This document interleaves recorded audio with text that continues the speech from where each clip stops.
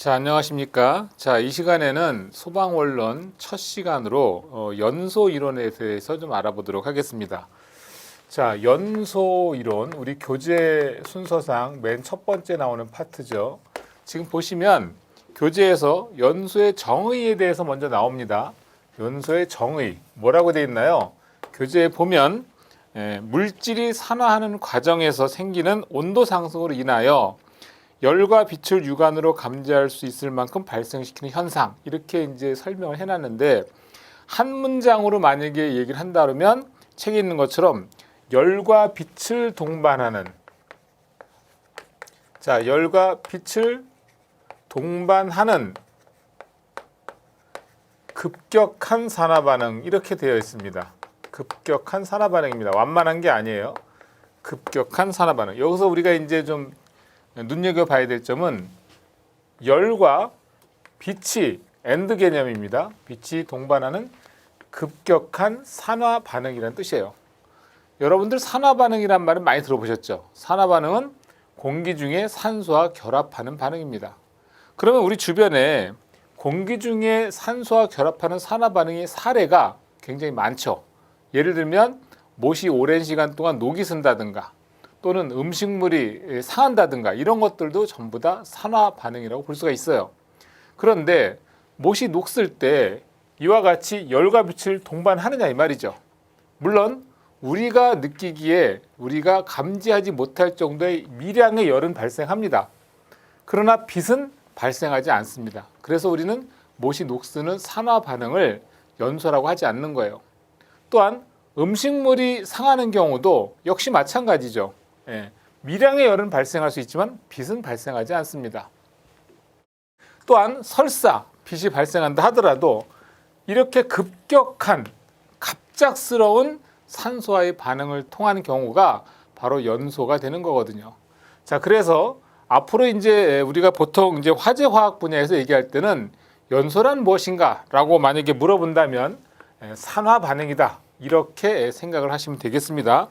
참고로 산화 반응의 반대말은 바로 환원 반응이라고 하는 건데, 이건 이제 우리가 중고등학교 시절에 많이 들어봤죠. 산소가 떨어져 나가는 반응이다. 이건 나중에 또 얘기할 기회가 있을 겁니다. 어떻든 중요한 건 연소라는 것은 열과 빛을 동반하는 급격한 산화 반응, 이렇게 정의를 하시면 되겠습니다. 사람들이 나이를 먹고 노화되는 것도 역시 산화 반응의 일종이라고 생각하시면 됩니다.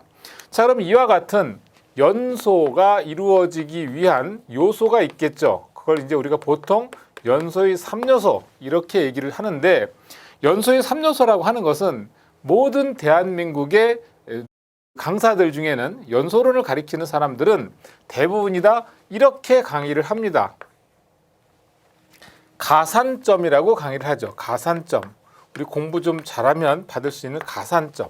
자, 여기서 말하는 가산점의 가는 뭐냐 하면 가연성 물질을 말하는 거예요. 일단 탈 수 있는 물질이 있어야 연소 반응이 생기겠죠. 자, 그 다음에 산이라고 하는 것은 바로 산소 공급원을 의미하는 겁니다. 산소 공급원. 산소 공급원 하게 되면 우리가 보통 이제 산소라고 많이 알고 있지만 산소 외에도 산소 역할을 할 수 있는 조연성 물질 같은 것들을 말하는 거예요. 그래서 여기서 말하는 조연성 물질, 그리고 이외에 또 산화제라든가 또는 주기율표상 7적 원소에 나오는 플루린이라든가 염소가스 같은 것들이 바로 산소 공급원, 산소 역할을 할 수 있는 것들이 되는 거고요. 자, 그 다음에 마지막으로 점화원. 이 말은 다른 말로 하면 바로 열원이 되겠습니다. 그래서 보통 이렇게 연소의 3요소 하면 가연성 물질, 산소 공급원, 점화원, 이렇게 세 가지로 암기를 하시면 되고요. 여기에 만약에 좀 추가가 된다고 하면 연소의 4요소, 그러면 그건 이제 연쇄 반응이라고 하는 게 들어오게 됩니다. 연쇄 반응은 라디칼의 생성으로 인해서 연소가 지속되도록 하는 그런 시스템을 말하는 것인데, 일단은 연소의 3요소 하면 이렇게 세 가지만 얘기하시고, 연소의 4요소 그러면 연쇄 반응까지 생각하시면 됩니다. 그래서 간혹 시험에서 다음 중 연소의 3요소가 아닌 것은 하고 물어보는 경우가 있거든요. 그렇게 해서 1번, 2번, 3번, 4번 이렇게 물어본다면 4번의 연쇄 반응을 여러분들이 선택할 수 있어야 됩니다. 자, 우리 교재상 또 보시면 온도에 따라서 불꽃의 색상을 표해서 간단하게 나타내고 있는데, 이 경우는 불꽃의 온도가 몇 도일 때 불꽃의 색깔은 무엇이냐라는 걸 시험에서 간혹 물어보기도 합니다. 그래서 이 중에서 500도 하게 되면 적열 상태가 되겠고요. 그 다음에 700도가 되면 암적색, 그러니까 어두운 붉은색이라고 생각하시면 됩니다. 자, 850도 하면 적색이 되겠고요. 950도 하면 휘적색. 여기서 말하는 휘라는 것은 밝을 휘자예요. 그러니까 밝은 붉은색을 말하는 것이고요. 1100도 되면 황적색. 그러니까 이제 노란색이면서 붉은색 계통을 말하는 것이고, 1300도 하면 백적색. 그다음에 1500도가 되면 가장 높은, 우리가 보통 이제 표기할 때 쓰는 온도에 해당하는 건데, 휘백색이라고 하는 겁니다. 밝은 백색, 이렇게 보시면 되죠. 시험에서는 이와 같은 휘백색이라든가 또는 암적색, 적색, 휘적색에 해당하는 온도를 물어보는 경우가 있습니다. 자, 어떻든 연소의 3요소 중에서 이제 가연성 물질에 대해서 우리가 좀 알아볼 텐데, 사실상 이 가연성 물질이라고 하는 것은 대부분이 다 탄소와 수소로 이루어져 있는 경우가 많이 있습니다. 자, 그래서 불에 탈 수 있는 재료라고 봐야 되죠. 산화되기 쉬운 것이라 된다는 얘기입니다. 그렇다면 산화가 되기 쉬워야 되기 때문에 이와 같이 산화가 되기 쉬우려면 어떤 조건이 있어야 되는가, 이런 얘기죠. 그래서 우리 교재상에 보시면 가연성 물질이 되기 위한 조건이라고 하는 것이 나옵니다. 가연성 물질이 되기 위한 조건. 가연성 물질이 되기 위한 조건이라고 하는 게 나오죠. 자, 첫 번째 뭐가 되죠? 일단 산소하고 화합될 때 연소열이 많아야 된다, 이런 특징이 있는 겁니다. 산소하고 결합하는데 연소열이 별로 안 나요. 그러면 역시 이건 연소를 지속하기 어렵다는 얘기가 되는 거고요. 자, 두 번째는 또 뭐냐면 바로 고체와 액체에 있어서는 분자 구조가 복잡해질수록 열 전도율이 작아야 된다. 이게 무슨 말이냐? 열 전도율이 작아야만 열의 축적률이 높아지기 때문에 연소하기가 쉽다, 이렇게 되는 겁니다. 그러나 기체의 경우는 얘기가 조금 달라지죠. 자, 여러분들 기체라는 개념이 뭐예요? 우리가 보통 고체, 액체, 기체, 이렇게 세 가지 물질의 상태를 봤을 때, 이때 분자 간의 거리를 따지면 고체가 가장 조밀하고요, 액체는 고체보다는 좀 덜 조밀하고, 기체는 굉장히 자유로운 상태예요. 그러면 기체는 굉장히 자유롭기 때문에 열 전도율이 작아지게 되면 기체는 오히려 가연성 물질로서의 조건을 충족시키지 못할 수도 있는 거예요. 왜냐하면 분자 간의 거리가 너무 머니까. 자, 따라서 이 기체 같은 경우에는 오히려 확산 속도, 분자 구조가 단순하고 가볍기 때문에 확산 속도가 빠르고 열 분해가 쉽기 때문에 오히려 열 전도율이 클수록 연소의 폭발의 위험이 있는 거라고 봐야 되죠. 자, 따라서 여기서 좀 여러분들이 틀리기가 쉬운 건데, 고체와 액체의 경우에는 분자 구조가 복잡해질수록 열 전도율이 작아야 돼요. 왜? 열 축적률이 높아져야 되니까. 그러나 기체 같은 경우에는 분자 간의 거리가 너무 머니까 이게 열 전도율이 작아지면 여기서 여기까지 전달되지 못할 거 아니에요. 그래서 이 기체 같은 경우에는 오히려 열 전도율이 클수록 연소 폭발의 위험이 있다, 이렇게 보시면 되겠습니다. 자, 여러분들이 생각할 때 고체와 액체는 열 전도율이 작아야 되고요, 기체는 열 전도율이 커야 된다, 이렇게 구분해서 기억을 하시면 좋을 것 같습니다. 자, 세 번째는요, 화학 반응을 일으킬 때 활성화 에너지가 작아야 된다 그랬어요. 이게 무슨 말이냐면, 우리가 흔히 얘기를 할 때 활성화 에너지가 커야지 가연성 물질이 되기 좋을까요? 아니면 활성이 작아야지 가연성 물질로서의 조건으로서 충족을 할까요? 라고 물어보면 많은 사람들 중에 일부가, 또는 많은 사람들이 활성화 에너지가 커야 됩니다, 이렇게 얘기하는 사람들이 있어요. 그럼 제가 이제 예를 들어드리죠. 뭐냐 하면, 생각해 보세요. 이런 칠판 같은 거 성냥불로 불이 붙나요? 아니면 여러분들 앉아있는 책상, 의자, 여러분들 앉아있는 걸상이라든가 책상이라든가 이런 것들이 성냥불로 불이 붙나요? 절대 불이 붙지 않죠. 성냥불, 그러나 토치 같은 커다란 에너지를 가지고 이 칠판이나 책상이나 의자나 이렇게 불을 붙이면 그건 불이 붙을 수 있어요. 그럼 둘 중에 활성화 에너지는 누가 더 작냐, 이 말이죠. 성냥불과 토치를 비교하면 성냥불이 훨씬 작은 에너지에 해당이 됩니다. 작은 에너지에도 쉽게 불이 붙을 수 있는 것이 가연성 물질이 되는 거죠. 다시 한번 설명드리자면, 여러분들이 앉아있는 의자는 성냥불로 불을 붙일 수가 없어요. 따라서 성냥불 앞에서 의자는 불연성 물질이 되는 거예요. 자, 이 칠판도 성냥불 갖다 대봐야 좀 이따 그냥 꺼질 거예요. 결과적으로 이 칠판의 경우에도 성냥불 앞에서는 불연성 물질이 되는 거죠. 따라서 가연성 물질이 되기 위해서는 어떻든 작은 에너지도 쉽게 불이 붙을 수 있는 것들이 가연성 물질이라고 보시면 됩니다. 종이 같은 거는 성냥불 되면 불이 잘 붙잖아요. 그러니까 그런 원리로 여러분들이 해석을 하시면 되겠습니다. 따라서 활성화 에너지는 어떻게 된다고요? 활성화 에너지는 작아야 된다 이 말이에요. 활성화 에너지는 작을수록 가연성 물질의 조건에 충족이 된다. 이렇게 보시면 되겠습니다. 자, 근데 비표 면적이 크면 산소와의 접촉 면적이 넓어지기 때문에 쉽게 연소를 하죠. 자, 따라서 우리가 보통 종이 같은 것도 꾸깃꾸깃해서 불을 붙이는 경우보다는 잘게 찢는 경우가 훨씬 불이 더 잘 붙는단 말이에요. 그 얘기는 뭐냐면 공기와 맞닿는 비표 면적이 넓어지게 되면 훨씬 불이 잘 붙는다. 이렇게 보시면 되겠습니다. 자, 정리하면 가연성 물질이 되기 위한 조건으로서는 산소와 화합할 때 생기는 연소율이 많아야 되고요. 두 번째는 고체 액체에 있어서는 분자 구조가 복잡해질수록 열전도율이 작아야 되고 기체 분자는 열전도율이 커져야 된다. 이렇게 보시면 됩니다. 세 번째로 활성화 에너지가 작아야 되고 네 번째로서는 비표 면적이 크면 산소의 접촉 면적이 커지기 때문에 쉽게 연소한다. 이렇게 보시면 되겠습니다. 자, 두 번째로 이제 산소 공급원에 대한 얘기를 하겠습니다. 산소 공급원에 대해서는 우선 여러분들이 가장 많이 알고 있는 건 뭐예요? 산소란 얘기죠. 산소. 산소가스는 O2로 이렇게 보통 화학기호로 쓸 때는 O2라고 씁니다.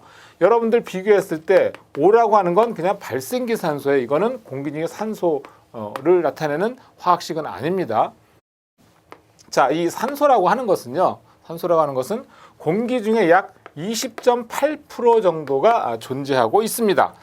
물론 이게 이제 우리가 보통 이제 21%라고 얘기를 하는데 이런 산소도 역시 연소의 조건에 해당이 되고요. 이거 말고도 산소의 역할을 할 수 있는 것들이 있어요. 산소의 역할을 할 수 있는 거.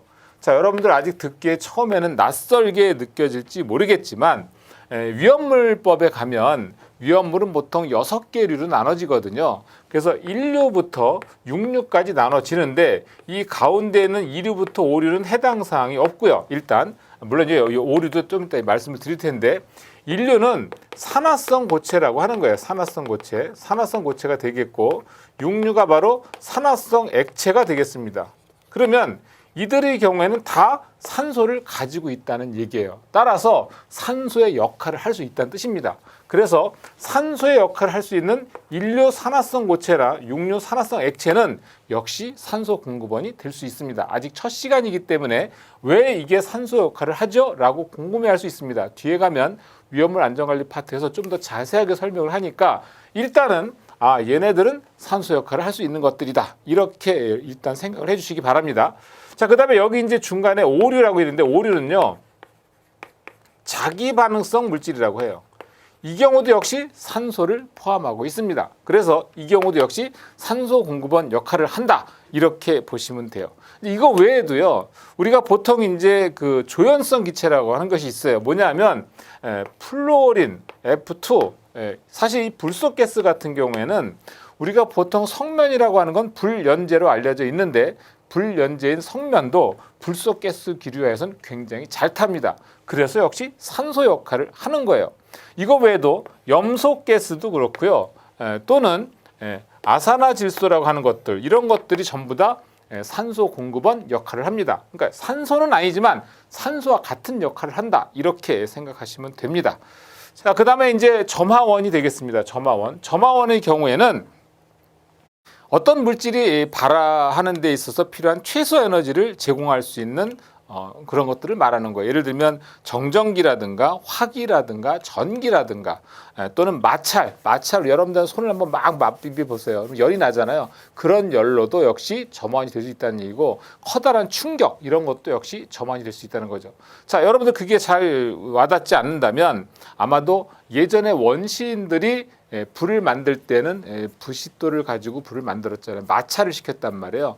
그런 마찰도 역시 점화원이 될 수 있다는 얘기고 우리 교재에 보면 그 밖에도 여러 가지 산화열이나 화염이나 고열물, 용접화염 등등 해서 점화원이 될 수 있는 것들은 많이 있습니다. 자, 이렇게 해서 점화원까지 한번 정리를 해보도록 하고요. 그 다음에 이제 연소의 반응인데 물론 이건 나중에 다시 한번 또 설명을 드리겠지만 모든 연소 같은 경우는 중간 생성물이라는 게 있어요. 그래서 그 중간체라고 하는 건데 자유 라디칼이라고 하는 겁니다. 이게 이제 연소를 촉진시키는 거거든요. 그래서 이런 그 중간 생성물을 만약에 제거하게 되면 또 역시 소화가 될 수 있는 겁니다. 그건 나중에 소화 시간에 다시 한번 또 말씀을 드릴게요. 어떻든 중요한 거. 자, 이 시간에는 연소의 3요소 좀 기억하도록 하고요. 연소의 3요소 첫 번째는 가연성 물질, 두 번째는 산소 공급원, 세 번째는 점화원, 그다음에 마지막으로 4요소 그러면 연소의 반응까지 생각하셔야 되는 겁니다. 이렇게 해서 우리가 이제 보통 연소라는 개념하고 연소의 3요소라는 개념을 설명을 드렸어요. 자, 우리 이제 교재 순서상 인화점이라고 하는 게 나오고요. 그 다음에 연소점이라고 하는 게 나옵니다. 자, 그 다음에 발화점이라고 하는 게 나오게 돼 있어요. 자, 여기서 말하는 인화점이라고 하는 것은 뭐냐 하면 가연성 증기를 발생하는 액체 또는 고체와 공기계에 있어서 기체상 부분에 대해서 다른 불꽃이 닿았을 때 연소가 일어나는 데 필요한 액체 또는 고체의 최저 온도다. 이렇게 설명하고 있습니다. 예, 제가 이 인화점과 연소점과 발화점을 하나의 소트 익스페리먼트 사고 실험을 통해서 한번 설명을 드려보도록 하겠습니다. 자, 여기에 이와 같은 비커가 좀 있고요. 자, 비커가 있는데 이 안에다가 석유를 조금만 넣어 볼게요. 석유입니다. 석유라고 썼기 때문에 이제 석유라고 생각하시면 돼요. 이 석유를 이와 같은 형태로 이제 세팅을 한번 해볼게요. 자, 이렇게 이게 뭐로 보이세요, 여러분들은? 알콜 램프라고 제가 그린 건데 알콜 램프라고 보이지 않더라도 일단 알콜 램프라고 생각하시기 바랍니다. 석유 같은 경우에는 사실 인화점이라고 하는 게 50도가 넘기 때문에 상온 훨씬 넘는단 말이에요. 그래서 성냥불이나 불꽃을 대도 불이 붙지는 않아요, 사실은. 자, 이 석유에 대해서 만약에 이제 이걸 가열을 한단 말이에요. 가열. 불꽃을 붙이면 가열이 되겠죠. 그러면 이 석유 분자들이 막 움직일 거 아니에요. 열을 가하게 되면 분자 운동이 활발해지니까 그로 인해서 막 유증기가 발생할 거란 말이에요.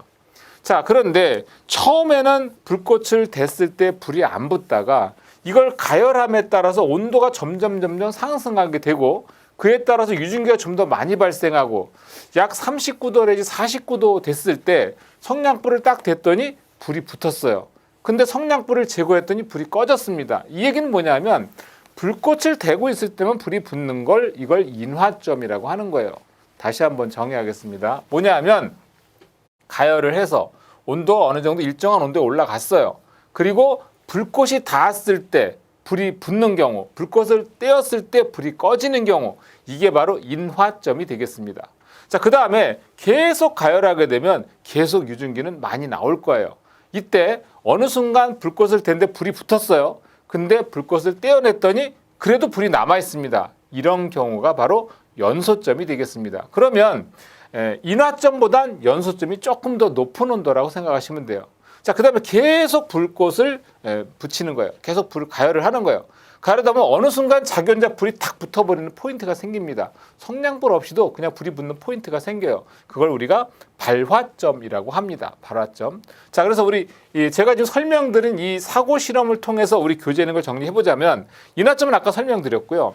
연소점 같은 경우에는 액체가 점화될 때 연소를 계속하는데 충분한 양의 증기를 발생하는 온도, 이게 바로 이제 연소점인데 보통 인화점보다는 한 10도 내지 20도 정도가 높은 온도다, 이렇게 생각하시면 됩니다.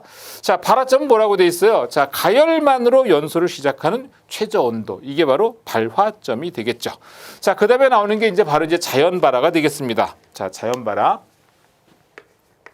자연발화는 얘기가 조금 다른데요. 이게 저절로 불이 붙는다는 뜻이잖아요. 이 말 자체, 용어 자체만 보더라도.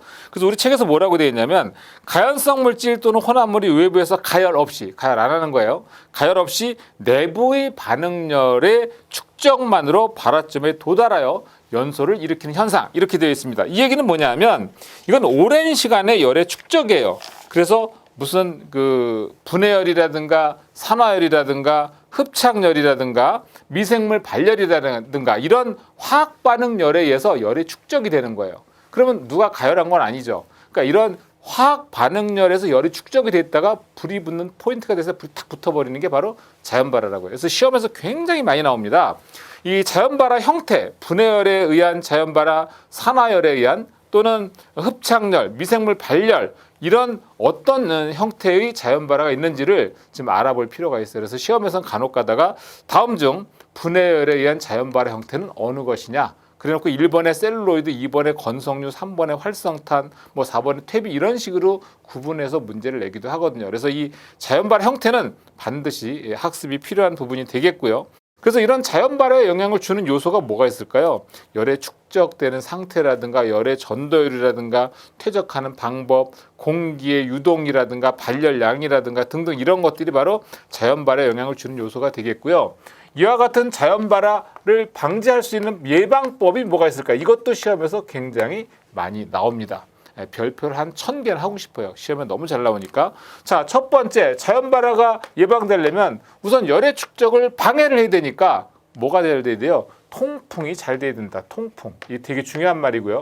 두 번째는 그 저장실의 온도를 어떻게 될 것 같아요? 온도를 낮춰야 되겠죠. 그래서 저온 유지. 다시 말해서 저온으로 낮은 온도로 유지해지면 자연발화는 방지가 되겠죠. 자, 그다음에 이제 세 번째가 문제인데 우리 이제 수험생들이 공부하는 사람들이 가장 힘들게 생각하는 부분이 이 부분이에요. 자, 습도를 어떻게 한다고요? 습도를 높여야 될 것 같아요? 낮춰야 될 것 같아요? 습도를 낮게 유지한다 이 말이에요.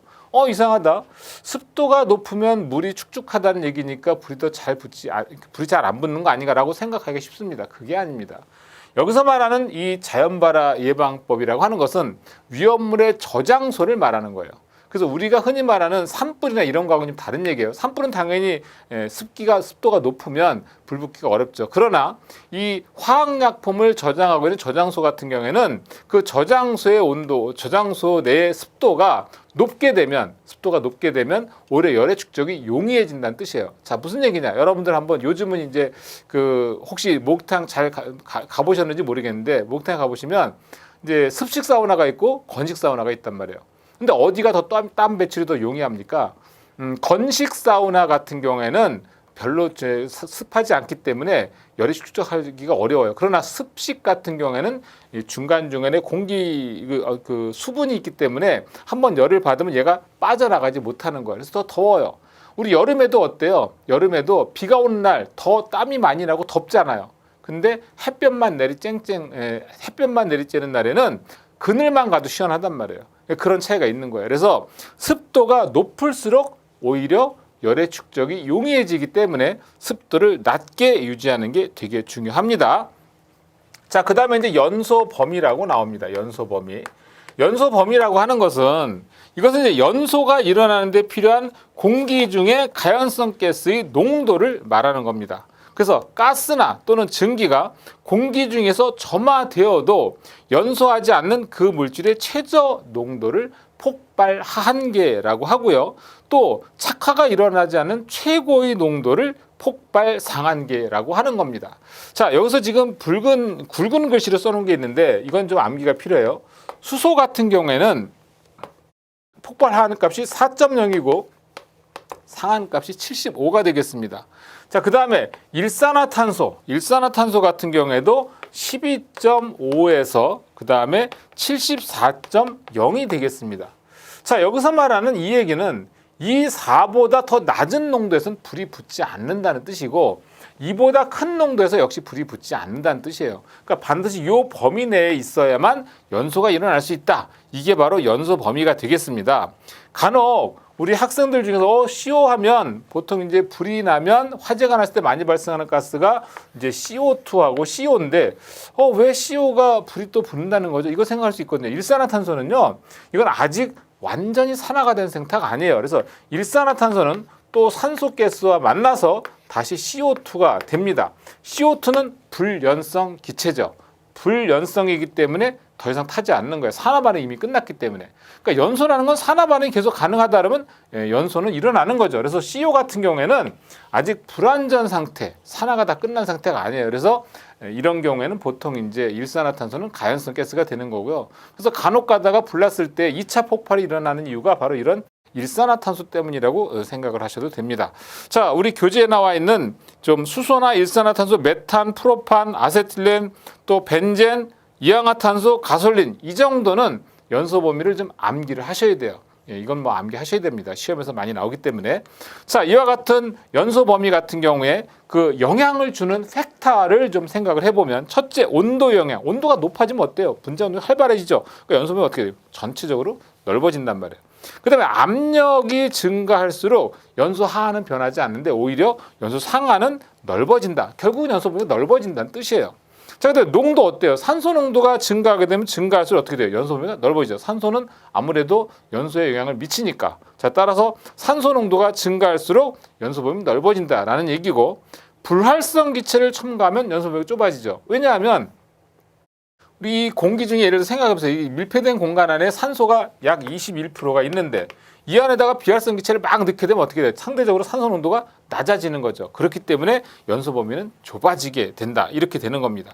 자, 그다음에 이제 일산화탄소나 수소는 압력이 상승하게 되면 오히려 연소가 좁아지는 이런 특징을 가지고 있다는 건 예외적으로 좀 우리가 암기를 해주시면 좋을 것 같고요. 그다음에 이제 되게 중요한 건데요. 르샤틀레의 혼합가스 폭발 범위를 구하는 식입니다. 이건 나중에라도 연습할 시기가 있을 텐데 뭐냐면 이렇게 단일가스 성분은 이렇게 연소 범위라는 걸 우리가 알지만 여러 가지가 혼합됐을 때를 물어보는 거예요. 뭐냐면 자, 메탄가스가 금방 5 내지 15라고 했고요. 5 내지 15라고 했고, 그 다음에 프로판 C3H8 얼마라고 했죠? 프로판 같은 경우는 2.1에서 9.5라고 했단 말이에요. 그런데 어느 공간 자체에 메탄가스가 만약에 40%가 있고 프로판가스가 60%가 있다, 이렇게 혼합됐다. 그럼 혼합가스의 연소 범위는 어떻게 되느냐라고 물어본다면 이때는 르샤틀레의 혼합가스 혼합가스 폭발 범위를 구하는 식을 가지고 구하시면 돼요. 자, 하한값 어떻게 구하냐? 하한값 같은 경우에는 전체가 100이잖아요. 전체가 100인데 그 중에 메탄가스가 하한값이 5인데 40%가 있는 거고 프로판이 2.1인데 60%가 있는 겁니다. 이렇게 해서 구해진 값이 혼합가스에 있어서 연소 하한값이 되는 거고, 그 다음에 상한값이라고 하는 거 역시 마찬가지 값으로 구하게 되면 됩니다. 전체는 100이고요. 15에 해당하는 상한값에 해당하는 15에 해당하는 메탄에 대한 게 40%가 있고, 그리고 9.5에 해당하는 것에 대한 것이 바로 60%가 있으면 이 값을 계산한 게 바로 혼합가스에 있어서의 연소 범위가 되겠다. 이렇게 되는 겁니다. 그래서 폭발 하한값, 폭발 상한값. 자, 마지막으로 이제 위험도에 대한 얘기인데 여러 가지 가연성 가스가 있잖아요. 이런 가연성 가스가 위험한 정도가 얼마인지를 우리가 정량적으로 알아낼 수가 있어요. 뭐냐면 위험도 값이라고 하는 것은 하한값분의 상한값 마이너스 하한값으로 우리가 구하게 됩니다. 위험하다고 하는데 정량적으로 어떻게 비교하느냐 이런 얘기죠. 그래서 예를 들면 수소가스 같은 경우에는 위험도 값이 어떻게 구해지는 거죠? 수소가스는 4 내지 75라고 했잖아요. 아까. 그러면 4분의 75 마이너스 4, 17.75라는 값이 나오는 거고요. 그 다음에 메탄가스 같은 경우에는 위험도 값이 어떻게 되느냐? 5분의 15 마이너스 5 하게 되면 2가 된다는 얘기예요. 그러면 이 숫자 자체로만 비교해 보면 얘가 좀 더 훨씬 많이 위험하다라는 걸 우리가 알 수가 있는 거죠. 그래서 위험도 값을 구하는 방식은 하한값분의 상한값 마이너스 하한값으로 구할 수가 있다. 이렇게 정리하시면 되겠습니다.